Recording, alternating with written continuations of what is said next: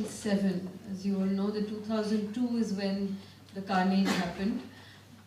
I was involved with it in different ways, working with the people who were working actually in Gujarat, but also I did a whole series of talks in various colleges across the country, almost more, I think more than 50 colleges, on the topic of identity and the notion of the other.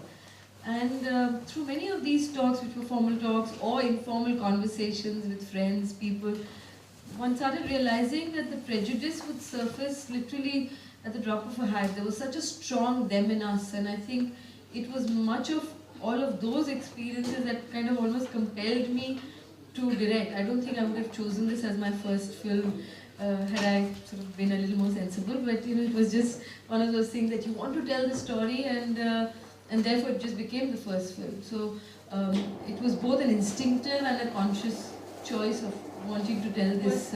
For me, I think what was important about the stories of I Am, it's about people like you and me, all of them, who live in a society where they're constantly wearing masks. And it's a film that is asking for a space where they can just unmask their fears, be it because of historical reason, personal reasons of gender, sexuality, or personal history. So all of them wanting that space where they can live without fear, without their masks. I'll do that right at the end, if you don't mind, because then we can bring down the screen as you were discussing. What I'd like to say is, to all of us here, does religion unite us or divide us? For too long this question has gone on. It started, way back when the Jews were persecuted by the Egyptians, went on to the Crusades, where the Muslims in Jerusalem were persecuted by the Christians, and it's been an endless thing, and it always seems to be a dividing line. And though it is a very personal matter, what I'd like to just touch upon, which you have mentioned, but is very, very important, is that when the state sponsors religious divide, that's when it really becomes dangerous. Yes, individuals, of course there have been Hindu-Muslim riots, the British engineered quite a few of them, by the way, and they have been going on for a long time.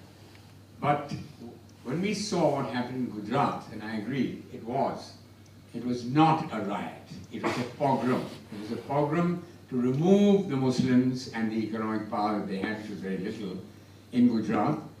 And I belong to an organization which was set up in 2002, shortly after we heard about what was going on in Gujarat. It's called Citizens for Justice and Peace. Hopefully he will have many more choices than you and I had, and and if he makes an informed choice today, I, like you, Alyque, don't really practice any religion. So if I have to write my religion in some form, of course I'm appalled. But is there enough space to say that, look, I don't believe in anything, and yet I don't have to go around proving it that I'm an atheist or I'm agnostic about something. So I think it boils down to personal space, and that is something that Onir has dealt in his film as well. In all his stories, I did one of the stories, and it's about giving each other and oneself that space to be.